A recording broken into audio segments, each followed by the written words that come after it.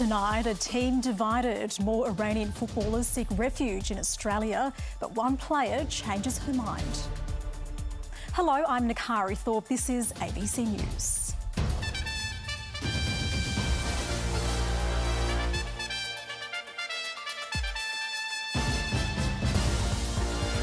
A system stretched thin, new figures reveal the mounting pressure on the state's hospitals. A new era for the Nationals as Matt Canavan is elected party leader. The roar of victory, a final ruling is delivered in the long-running Katy Perry trademark dispute. A major overhaul of the AFL's drug testing. And Sydney set to shine with a revamped Vivid Lights Festival.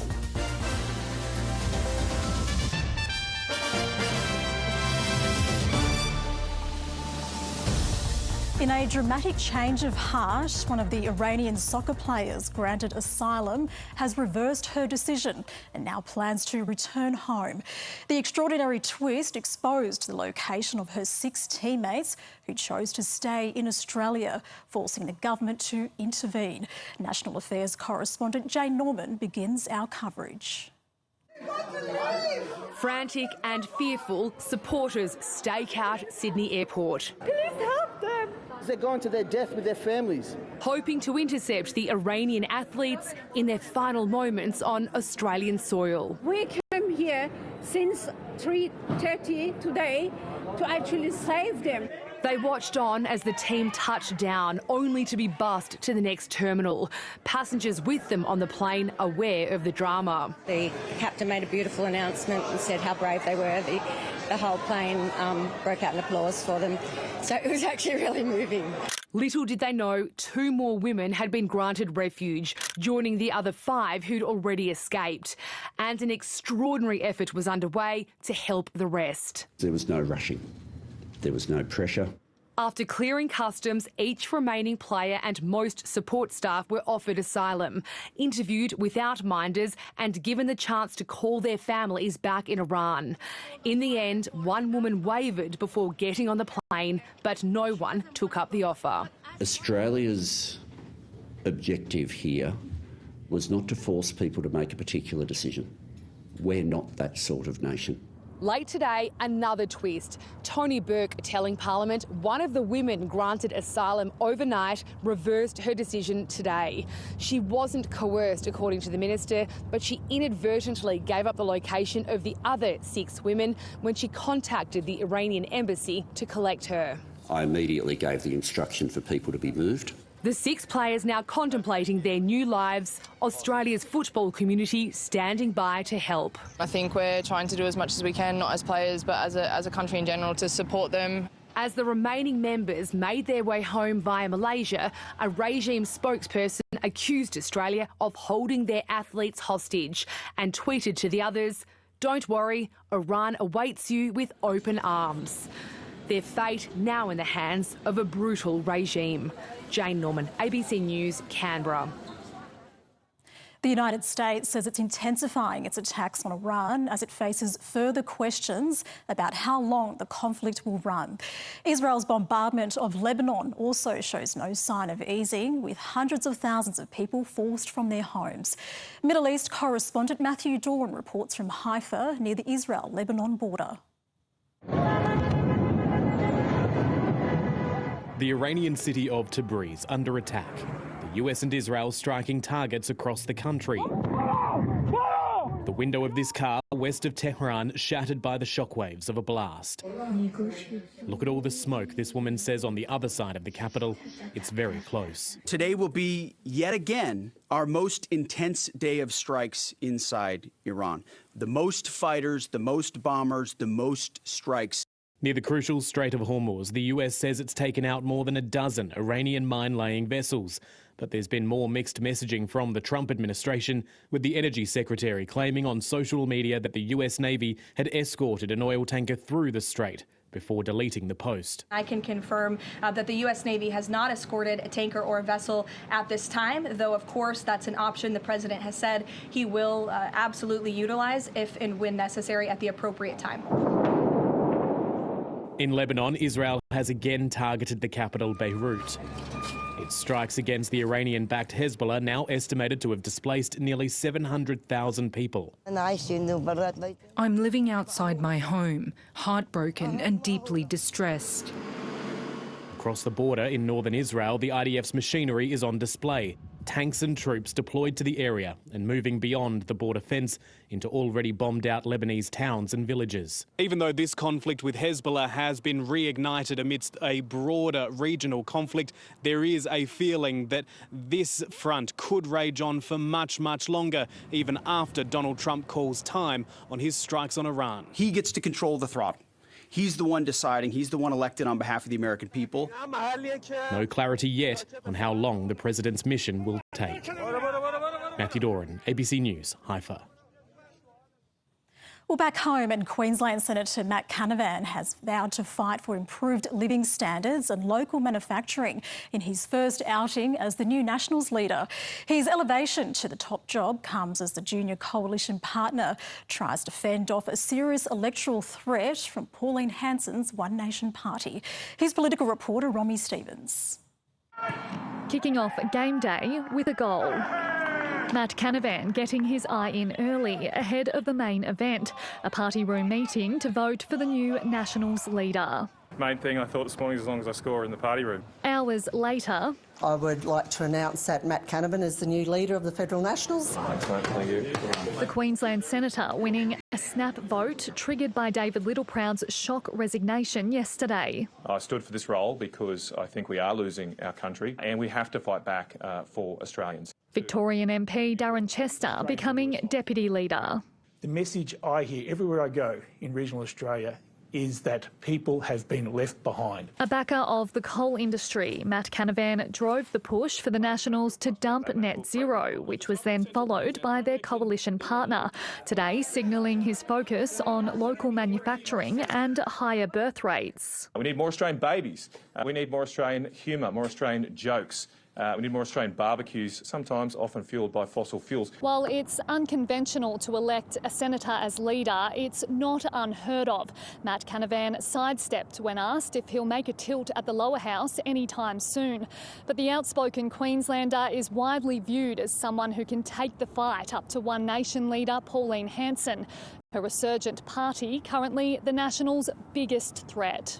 I worry about where Pauline would take this country to an area of more division. Pauline Hanson weighing in, saying Matt Canavan has joined the woke pile-on, choosing to attack One Nation instead of opening the door to working together.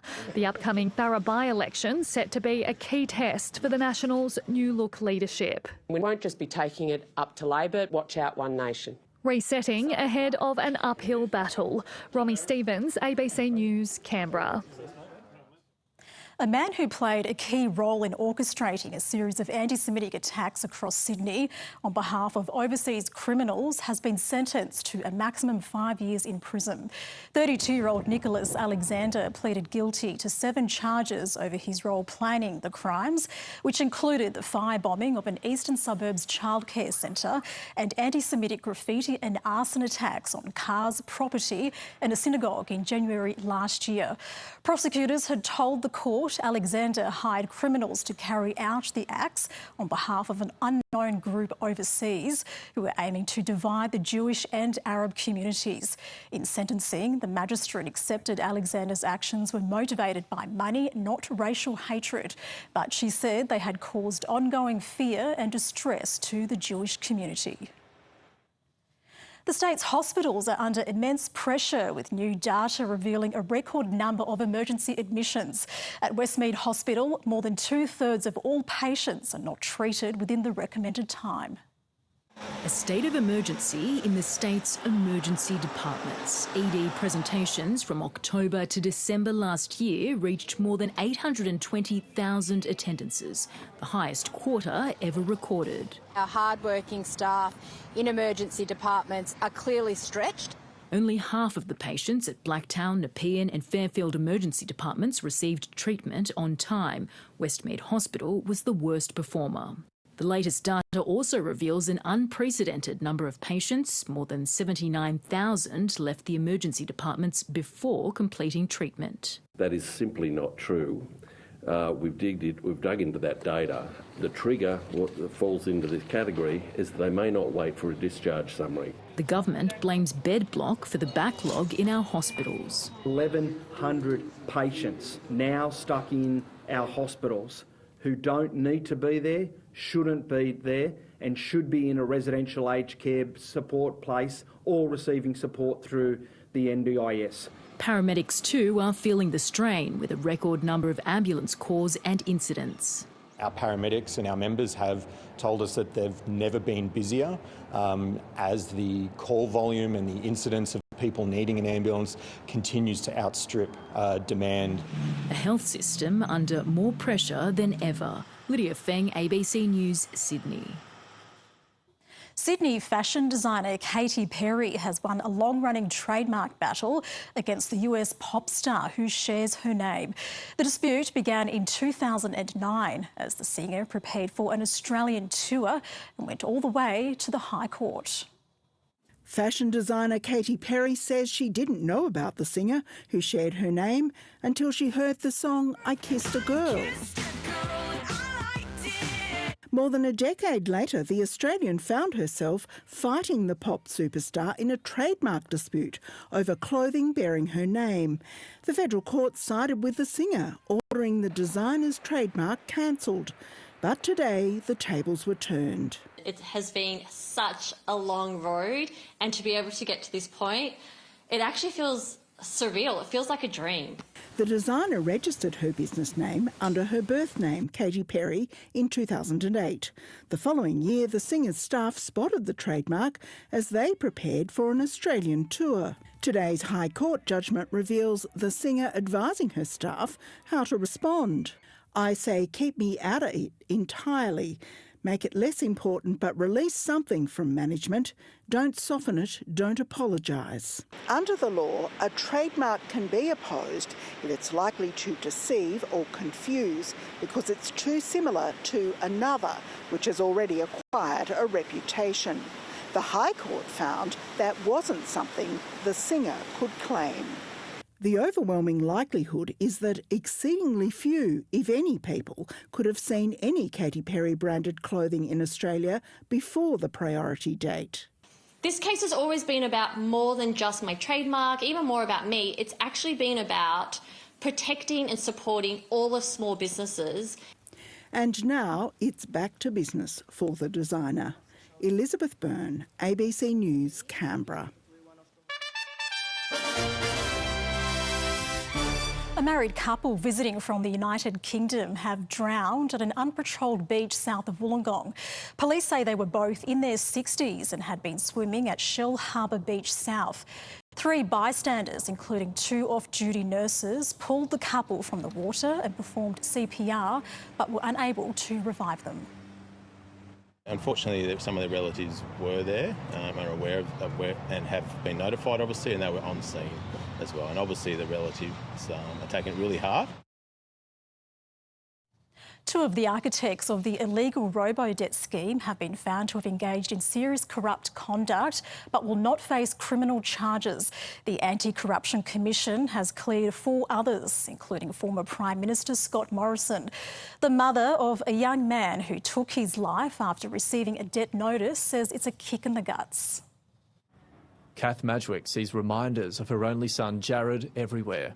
Someone that just walks like him or, you know, wears a hat like him, and all of a sudden my mind goes to him. It's almost 7 years since she lost him. He was only 22. Jared came out to me and said that he owed Centrelink $2,000 and then he wouldn't be paid. And about 2.5 hours later, he took his own life. Robo-debt was designed to claw back debts from welfare recipients. Concerns about its lawfulness were raised internally from as early as its inception in 2014. But the scheme rolled on until 2020, after the federal court ruled the calculation method unlawful. It is necessary to listen to the question and just answer it without extra detail. I'm available to the Commission. A royal commission exposed systemic failures and a cover-up, referring 6 people to the National Anti-Corruption Commission. It's found 2 engaged in serious corrupt conduct. Mark Withnall by intentionally misleading bureaucrats during preparation of a cabinet submission, and Serena Wilson by intentionally misleading the Ombudsman, which in 2017 found the scheme was compliant. The others were cleared, including the Social Services Minister who signed off on the scheme, Scott Morrison. He says the NAC rightly concluded that ministers must be able to rely on the accuracy of the advice provided by their departments. The 2 public servants who were found to have engaged in serious corrupt conduct won't be referred for criminal prosecution, as the Commissioner found there wasn't enough admissible evidence to do so. It just feels like another kick in the guts for all of the robo-debt survivors. Survivors demanding accountability for their suffering. Alexander Lewis, ABC News. And if you or someone you know is experiencing distress, please contact Lifeline or Beyond Blue. The federal government agency that runs NAPLAN has apologised to 1.4 million school students after a technical glitch saw a delay to the annual test shortly after it began. The system was back up and running within 2 hours, but teachers say it caused unnecessary anxiety and have called for the exams to be scrapped. Chaos at almost 10,000 schools Australia-wide. Obviously something has gone very wrong there. As the computerised system powering the annual assessment of literacy and numeracy for years 3, 5, 7 and 9 froze on the first day of testing. I think definitely it can be stressful and it can get them to dislike it. Year 3 students were the only group uninterrupted. How did you find today's NAPLAN test? Fun and exciting. What do you think? Confusing. They sent an email today and we were fine with it, like these things happen. Yeah, it was all right, but I forgot to put in my prompt.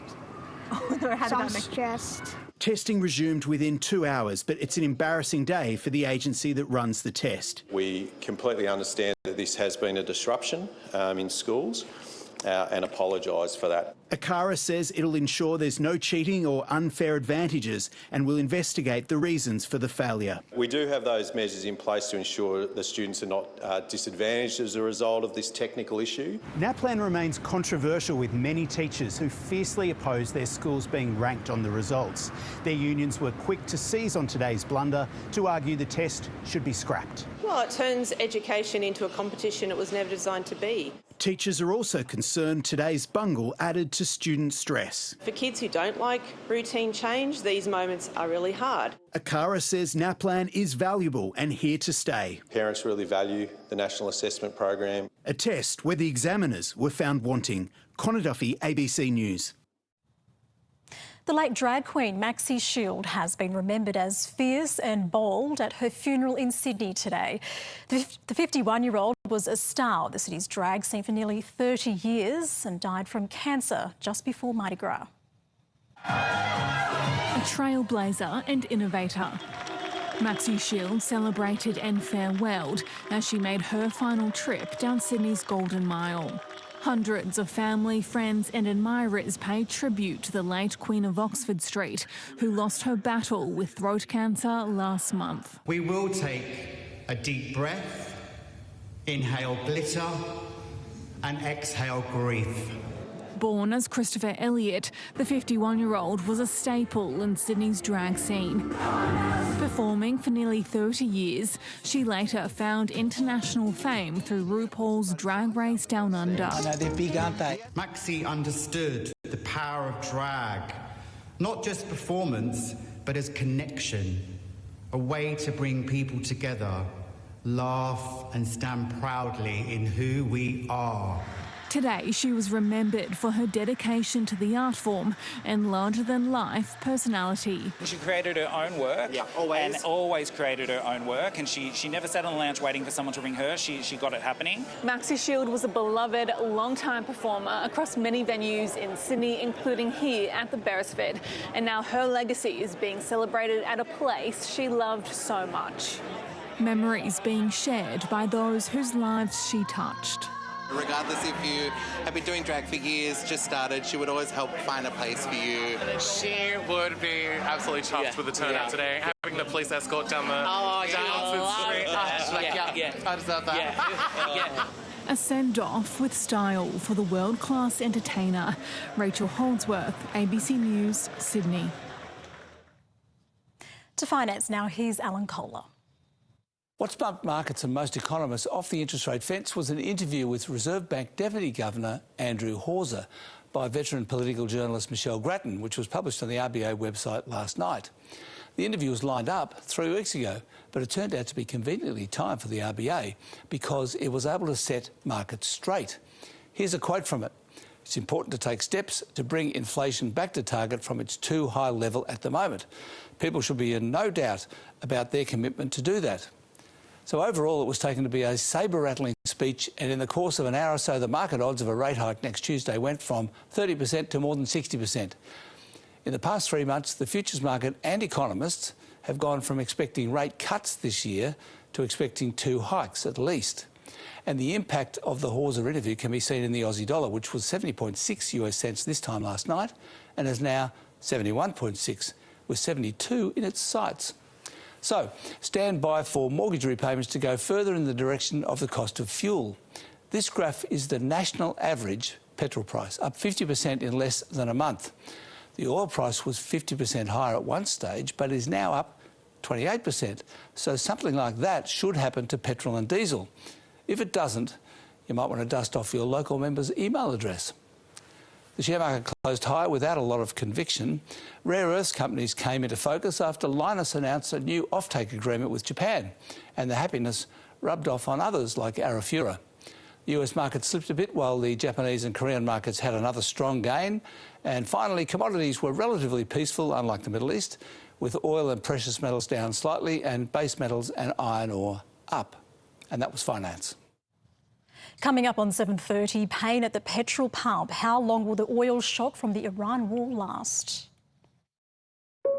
I will not allow a terrorist regime to hold the world hostage and attempt to stop the globe's oil supply. I'm not quite sure how he's going to do it. The corridor for the ships is only 2 nautical miles in and out, so it's quite narrow. If we see a prolonged disruption here, you're still looking at quite high oil prices for a prolonged period of time. To sport, and Brisbane Broncos coach Michael Maguire is confident his side can turn things around after a rough start to their NRL title defence. The reigning premiers followed their World Cup Challenge loss with a 26-0 humbling at home to the Panthers to open the season. Brisbane will play Parramatta Eels on Thursday night. We know what they're going to come with, but what we're coming with is moving towards what we're about. That's the expectations and the standards that we uphold.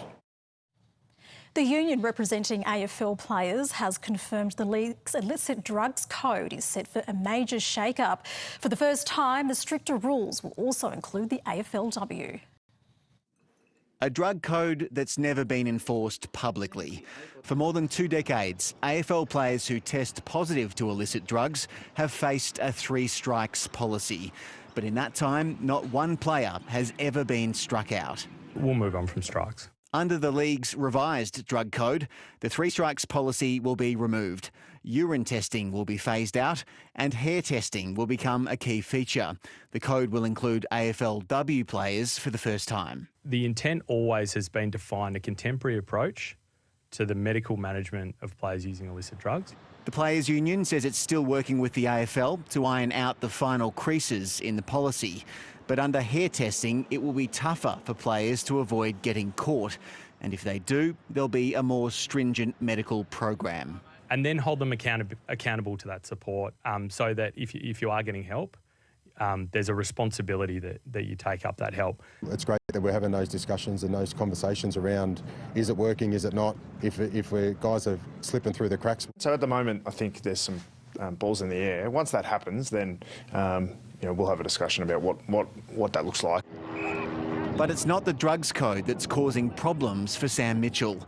He's leapt to the defence of Dylan Moore and Connor McDonald after the pair spent a night in an Arizona jail in November for alleged trespassing while out drinking in the off-season.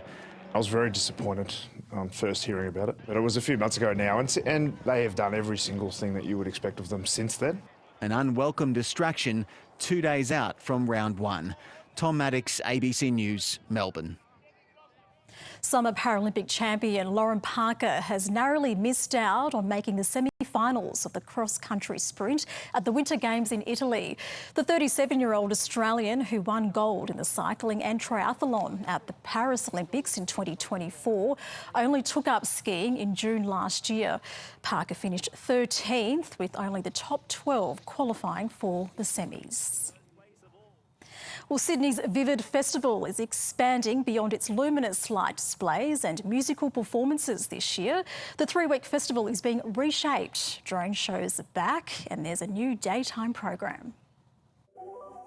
From the Sydney Opera House to Darling Harbour. In late May, the Vivid Light Walk will condense more than 40 installations into a 6.5 kilometre path. The critical mass of installations along the way with lighting designs means you will never be not in touch with a light moment. For the first time, the festival will also run during the day, giving young families the chance to visit before bedtime. At night, light displays will come alive. It is inspired by the toy that we were all playing when we were kids. And we're excited because Pendulum is one of our largest artworks that we have ever created. And drone shows are back by popular demand and will run more regularly. They were dumped last year over fears of crowd crushes after the 2024 displays drew in larger than expected numbers, causing major congestion. We've collaborated with police, emergency services, and we're all working together to make sure that we're capable of managing, keeping the people safe. From the 22nd of May, the tallest installation will be here at Barangaroo Reserve, a meteorite propped onto 23-metre tall steel legs, beaming lasers that'll be visible from as far as Chatswood. Bringing light and warmth to the city's cooler months. Nandini Dir, ABC News Sydney. It's time to take a look at the weather now, and Tom, relief from the heat is on the way. Nakari, a cool change has just reached the state's far southwest, and it will reach most districts during the next 24 hours and drop temperatures by as much as 12 degrees, although the northeast won't see respite until Friday. Ahead of the change, a northerly resulted in another warm day for Sydney.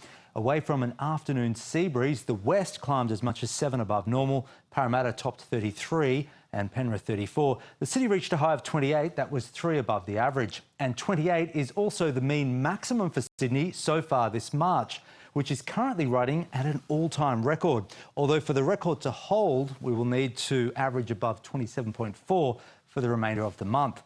But you wouldn't rule it out. The longer range outlook from the 15th to the 28th shows a greater than 80% risk our maximum temperatures will be above normal. One of the influences behind this prediction is the Tasman Sea. Right now, waters off the southern coast are up to 3 degrees warmer than average, and warm seas heat the air directly above the surface. Today's warmth was observed right across the state. Minimums were up to 7 above average in the southwest, 21 for Hay and Griffith. Maximums were up on the average in every location thanks to northwest to northerly winds. 34 in Nowra was 9 above the average, while the state's high was 38 in Walgett. On the satellite, well, there is a band of cloud that's sweeping across southeast Australia with a cold front, although it is rapidly running out of moisture. And on the chart tomorrow, that front will push this trough north across our state. It's the boundary between the warm air and cooler southerlies. Around the country, cool behind the change in Melbourne and Hobart with a shower or two, warm and sunny ahead of the change in Brisbane, 34. For the northeast, a southerly change reaching the lower Hunter in the morning and the mid-north coast in the afternoon. It's a mostly dry change, just a possible shower to follow at night. Hot ahead of that southerly, 39 in Grafton, 36 in Tamworth. For the southeast, a cooler day with just the slight risk of a shower for the Illawarra, heading for the low 20s along the coast and around the mid-20s for the Ranges. To the west, mostly sunny and much cooler in the south and west, highs back to the mid-20s. Still hot for the north, though, 38 in Narrabri. On the waters, strong to gale force winds off the south coast and seas to 3 metres, 20 to 25 knot winds for the north.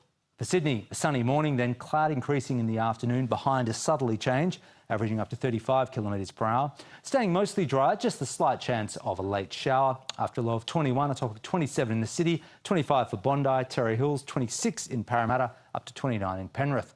The sun will rise at 6:51 and set at 19 minutes past 7. And ahead for the city, slight chance of an early shower for Friday, and it will be a cooler day with lower humidity, a range of 18 to 24.